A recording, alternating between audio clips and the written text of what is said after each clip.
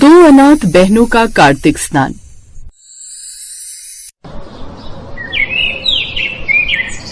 उत्तर प्रदेश के एक शिखरपुर नाम के गांव में धनी साहूकार रामरतन का बेहद नाम था। उसके पास कई दुकानें, खेत और सोने चांदी के गहने थे, पर उसका दिल कठोर पत्थर जैसा था। गरीब के प्रति सहानुभूति उसके पास जरा भी न थी। वो हर किसी पर ऊंचा ब्याज लगाकर पैसा कमाता और फिर गरीबों को बेइज्जत कर उनका सब कुछ छीन लेता। उसी गांव में दो अनाथ बहनें रहती थीं, गंगा और जमुना, जिनकी उम्र 18 और 19 साल थी। दोनों मेहनत मजदूरी करके पेट पालती। लोग कहते कि उनके माता पिता बड़े भक्त हुआ करते थे, हमेशा पूजा पाठ में रहते थे। गंगा जमुना भी ईश्वर की बड़ी भक्त थीं।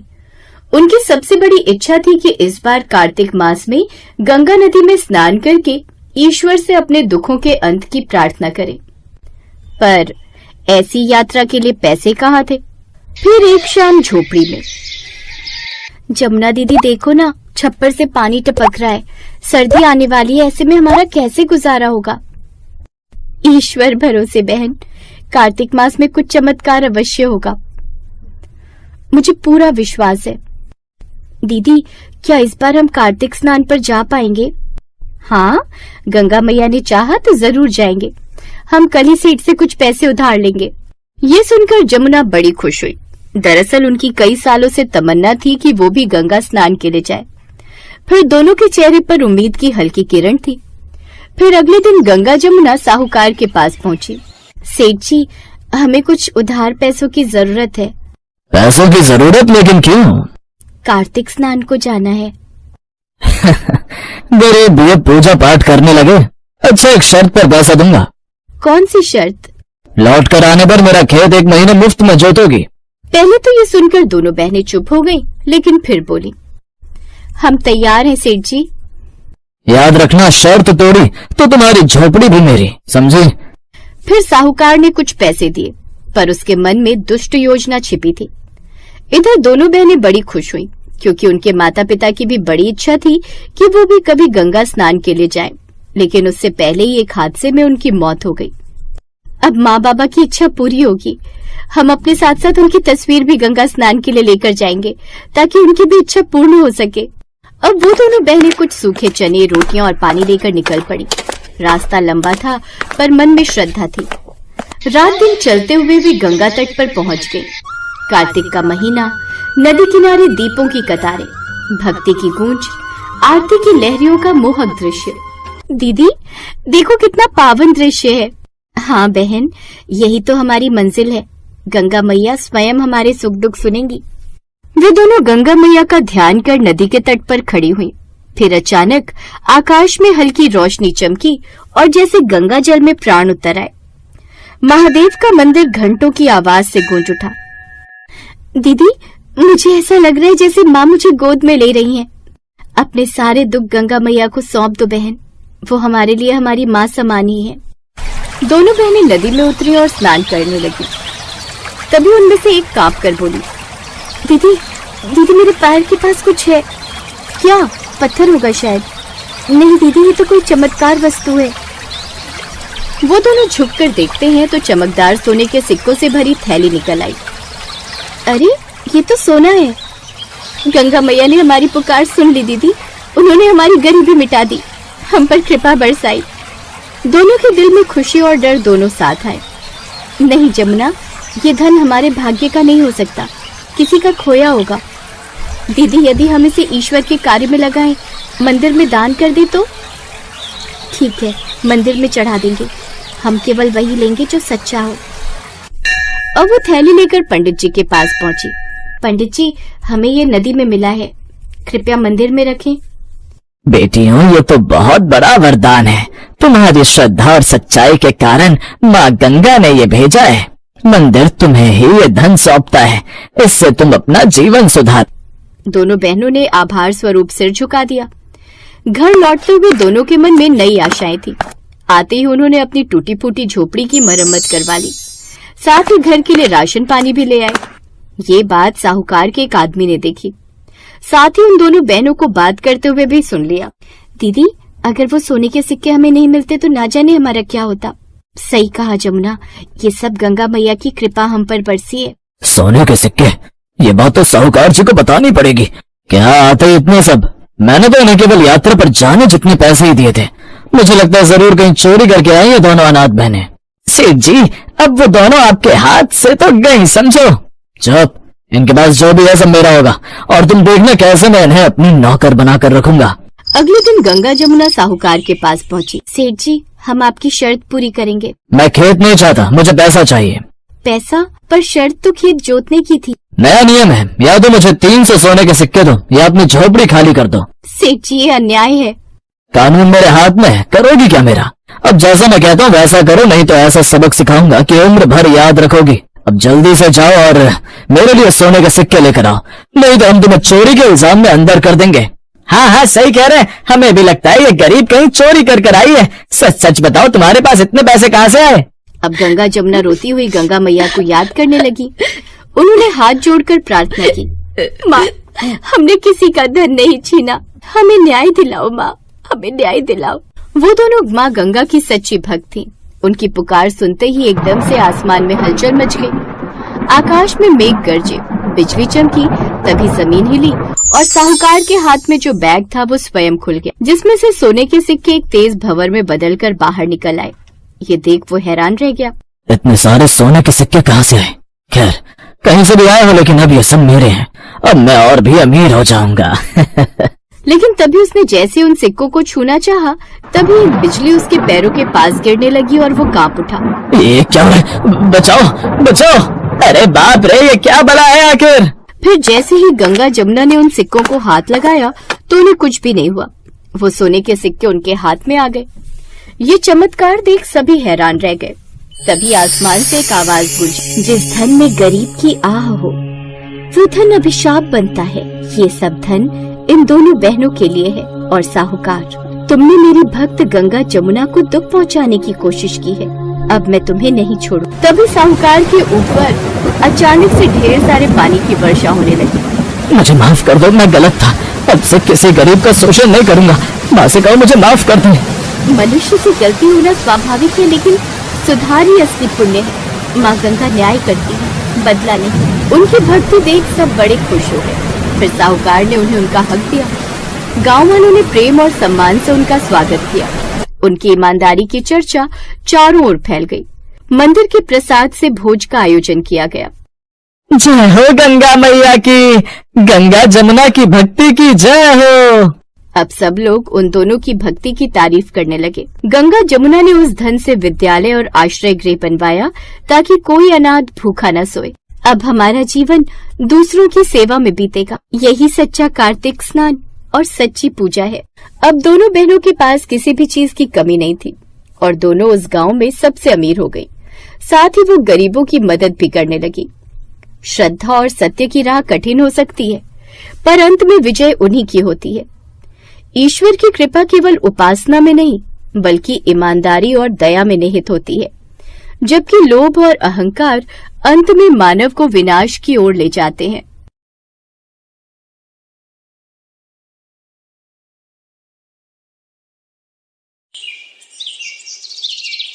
एक गांव में एक बूढ़े बाबा और उनकी 2 बहुएं रहती थीं। एक बार जब कार्तिक मास आया तो ससुर जी ने कहा, बहू, मैं कार्तिक नहाना चाहता हूँ। ये सुनकर बड़ी बहू बोली, मुझसे आपका कार्तिक स्नान नहीं होगा, आप छोटी बहू को ही बोलो। इसके बाद ससुर जी छोटी बहू के पास गए। छोटी बहू ने कहा, ससुर जी आप बताइए मुझे क्या करना होगा। ससुर जी बोले, बेटी ज्यादा कुछ नहीं, बस रोज मेरे नहाने के लिए पानी भर देना, मेरी धोती सुखा देना और दिन का खाना बना देना। अब छोटी बहू रोज वैसा ही करती। जब वो धोती सुखाती तो उसमें से गिरने वाली पानी की बूंदें वहां छोटे छोटे मोती के रूप में इकट्ठा हो जाती। लेकिन छोटी बहू इतनी नादान थी कि वो समझ ही नहीं पाती थी और उन सबको झाड़ू से इकट्ठा कर देती। ऐसे ही 1 महीना बीत गया और कार्तिक मास खत्म होने को आया। ससुर जी ने कहा, मैं ब्राह्मणों को खाना खिलाना चाहता हूँ। छोटी बहू बोली, ठीक है पिताजी। कुछ देर बाद उसने खाना बनाकर तैयार कर लिया। फिर खेत में जाकर अपने ससुर जी से कहने लगी, पिताजी, मैंने खाना बनाकर तैयार कर दिया है, आप घर जाकर ब्राह्मणों को भोजन करवा दीजिए, तब तक मैं खेत की रखवाली करती हूँ। वो खेत की रखवाली करने लगती है, तभी वहाँ चिड़िया आती है, जिन्हें देख वो सोचती है, राम जी का खेत, राम जी की चिड़िया, इन्हें कैसे भूखा रहने दूं? वो चिड़ियों को खाना खाने देती है और खुद थकी हारी वहीं सो जाती है। जो दाने जमीन पर गिरते हैं वो हीरे मोती बन जाते हैं। फिर पास के खेत में काम कर रहा उस बूढ़े का बड़ा बेटा ये सब देख लेता है। वो बूढ़े से जाकर पूछता है। बूढ़ा ससुर उससे कहता है, हम पर कार्तिक देव की कृपा हुई है। वो घर जाकर अपनी पत्नी को सारी बात बताता है। अब बड़ी बहू अगले साल की कार्तिक मास का इंतजार करती है। फिर साल भर बाद अपने ससुर से उसके यहाँ कार्तिक स्नान की बात करती है। अब वो जब ससुर की धोती को धोती तो उसमें से गिरे पानी से गड्ढे हो जाते। फिर ब्राह्मण का खाना बनाकर खेत जाकर चिड़िया को उड़ा देती। हुआ ये कि उसकी खेत की फसल खराब होने लगी। गुस्से में बड़ी बहू ससुर जी के पास गई और कहने लगी, आपने सच्ची श्रद्धा से इस बार कार्तिक मास नहीं किया। ससुर जी बोले, छोटी बहू ने सच्चे मन से सेवा की, इसलिए उस पर कृपा बरसी, लेकिन तूने तो बस देखा देखी की, वो लालच के लोभ में, इसलिए तेरे साथ ऐसा हुआ। हे कार्तिक देव, जो कृपा छोटी बहू पर बरसाई, हम पर भी बरसाना। दूसरी कथा कुछ इस प्रकार है। एक गांव में ब्राह्मण पति पत्नी रहते थे। वो कार्तिक मास में रोज दूर स्नान करने जाते, जिससे ब्राह्मणी थक जाती। उसने अपने पति से कहा, काश उसकी कोई बहू होती तो वो खाना बना कर देती। ये सुनकर ब्राह्मण एक पोटली में आटा, साथ में उसमें कुछ मोहरे रखकर चल दिया। रास्ते में उसे कुछ लड़कियां मिट्टी से घर बनाती दिखी। दो लड़कियों ने जाते वक्त अपने घर को तोड़ दिया, लेकिन तीसरी ने कहा, ये घर मैंने कितनी मेहनत से बनाया है, मैं इसे नहीं तोड़ूंगी। ब्राह्मण उस लड़की के घर गया और उसकी माँ से बोला, कार्तिक मास चल रहा है, इसलिए मैं किसी के घर का भोजन नहीं कर सकता, क्या तुम मेरे इस आटे से मेरे लिए रोटी बना दोगी? लड़की की माँ ने वैसा ही किया। आटा छानते वक्त उसमें से मोहरे निकली। लड़की की माँ ने सोचा, ये कितना पैसे वाला है। उसने अपनी बेटी की शादी उसके घर में करने की सोची। ब्राह्मण ने कहा, मेरा बेटा तो काशीपुर पढ़ाई करने गया है, लेकिन तुम इसकी कटार से अपनी बेटी की शादी कर दो। वो मान गई। ब्राह्मण बहू को लेकर घर आ गया। अब वो जब भी गंगा स्नान जाते तो बहू रोटियां बनाकर रखती। एक रोज उसकी पड़ोसन ने उससे कहा, वो दोनों तुमसे झूठ बोलते हैं कि उनका बेटा है, उनकी तो कोई संतान ही नहीं है। अच्छा ऐसा करना, कल जब दोनों स्नान के लिए जाएं, तो तुम उनसे 7 कोटों की चाबी मांग लेना। अगले दिन उसने ऐसा ही किया। उसने वो कोटे खोले तो देखा कहीं अन्न, कहीं धन, कहीं बर्तन है। आखिर में उसने सबसे आखिर वाला कोटा खोला तो उसने देखा एक लड़का 33 कोटि के देवी देवताओं की पूजा कर उनकी माला जप रहा था। बहू ने पूछा, तुम कौन हो? लड़के ने कहा, मैं तुम्हारा पति हूँ, अभी दरवाजा बंद कर दो, जब मेरे माता पिता आए तब दरवाजा खोलना। जब उसके सास ससुर लौट कर आए तो बहू ने फिर से 7वें कोटे का दरवाजा खोला तो वहाँ 33 कोटि के देवी देवता थे और एक लड़का माला जप रहा था। उन्होंने उससे पूछा, बेटा तुम कौन हो? लड़के ने कहा, माँ बाबा मैं तुम्हारा ही पुत्र हूँ, मुझे कार्तिकेय ने भेजा है। हे कार्तिक देव, जैसी कृपा ब्राह्मण ब्राह्मणी पर की, ऐसी ही सब पर करना। तीसरी कहानी है दो दोस्तों तापसी और लापसी की। तापसी भगवान का बड़ा भक्त था। वो रोज पूजा पाठ करता, जबकि लापसी भगवान को लस्सी का भोग लगाकर फिर खुद लस्सी पीकर सो जाता। एक बार दोनों में बहस छिड़ गई कि कौन भगवान का ज्यादा बड़ा भक्त है। तभी नारद मुनि वहां आए और कहने लगे, मैं कल आऊंगा और इस बात का फैसला कर दूंगा कि तुम में से ज्यादा बड़ा भक्त कौन है। अगले दिन तापसी रोज की तरह स्नान करके पेड़ के नीचे आसन लगाकर बैठ गया। नारद मुनि जी वहां आए और उसके आगे खीरे की बड़ी सी अंगूठी फेंक दी। तापसी ने आंख खोली और इधर उधर देखा, फिर उस अंगूठी को अपने पैर के नीचे दबा लिया। ऐसा ही उन्होंने लापसी के आगे भी फेंकी। लापसी ने लस्सी का भोग प्रभु को लगाया और वो अंगूठी जिसकी है उसे ढूंढने निकल गया। फिर गांव के मुखिया के पास गया और उसे वो अंगूठी देकर बोला, मुखिया जी जिसकी भी है उसे लौटा देना। ये देख नारद मुनि उन दोनों के पास आए और बोले, तुम दोनों में से लापसी बड़ा भक्त है, क्योंकि तुमने घुटनों के नीचे जो अंगूठी छुपाई है उसने तुम्हारी भक्ति को भंग किया है। भक्ति का मतलब दिन रात भगवान के सामने बैठना नहीं है। सच्ची भक्ति का मतलब मन का भाव सच्चा और साफ होना है। अब तापसी को अपनी गलती का एहसास हुआ। तापसी बोला, प्रभु मुझे सही राह दिखाओ जिससे मुझे सच्ची भक्ति प्राप्त हो। नारद बोले, तुम सच्चे मन से कार्तिक स्नान पूजा पाठ करो, तभी तुम्हें सच्ची भक्ति प्राप्त हो सकती है। कुछ दिनों बाद कार्तिक मास आने पर उसने ऐसा ही किया। नारद मुनि ने उसे वरदान दिया कि अब जब तक कोई कार्तिक मास पर तुम्हारी कथा नहीं सुनेगा तो उसका कार्तिक स्नान का व्रत पूरा नहीं होगा। हे कार्तिक देव, जैसे आपने तापसी और लापसी पर अपनी कृपा बरसाई, ऐसी ही कृपा हम सब पर भी बरसाना। चौथी कहानी में एक बूढ़ी माई अपने बेटे और बहू के साथ रहती थी। कार्तिक महीने में बूढ़ी माई सुबह गंगा स्नान के लिए जाने लगी तो बहू से बोली, मेरा बेटा उठे तो उसे रोटी दे देना। बहू बोली, ठीक है। कुछ देर बाद बेटा उठा तो बोला, माँ मुझे रोटी दो। बहू बोली, ना तो तुम्हारी माँ यहाँ है और ना ही रोटी। बेटा बोला, तो 4 रोटी आम के अचार के साथ बांध दो। वो काम की तलाश में चला गया। कुछ देर बाद वो उदास होकर एक पेड़ के नीचे बैठ गया। तभी वहाँ कार्तिक देव भगवान वहाँ ब्राह्मण का भेष बनाकर आए और उससे उसकी उदासी का कारण पूछा। बेटा बोला, पत्नी ने कमाने के लिए भेजा है लेकिन मैं तो कमाना ही नहीं जानता। ब्राह्मण बोले, तुम चावल के दाने लेना और पानी की घंटी लेना, ढके हुए बर्तनों का मुंह खोल देना और उल्टे बर्तनों को सीधा कर देना। फिर उन्होंने एक कथा कही, रविवार, सोमवार, मंगलवार, बुधवार, वीरवार, शुक्रवार, शनिवार, 8 वारों का आसरा भरियो पीहर सासरा। घर आकर उसने अपनी पत्नी को वही सब बात कही। 7 दिन उन्होंने वैसा ही किया और रोज वही कथा कही। अब उनके घर किसी चीज की कमी नहीं रही। ऐसे ही समय बीता। उसके बच्चों की शादी हो गई। एक रोज वो अपनी बेटी के ससुराल गया जहाँ खाने पीने के भी लाले थे। उसने अपनी बेटी को वही कथा फिर सुनाई। इसके बाद तो बेटी का घर भी भर गया। हे कार्तिकेय महाराज, जैसे इन सबके भंडार भर गए उसी तरह से तुम हम सबके भंडार भी भरना। 5वीं कहानी कुछ इस प्रकार है। एक बार एक ब्राह्मण का लड़का कार्तिक स्नान करने जा रहा था। रास्ते में खड़े पाल माता, पथवारी माता और विनायक जी आपस में सबसे बड़ा कौन है इस बात पर झगड़ रहे थे। पथवारी माता ने उससे कहा, ऐ लड़के, तू तो ब्राह्मण का लड़का है, हमारा न्याय कर। उन्होंने उसे सारी बात बताई।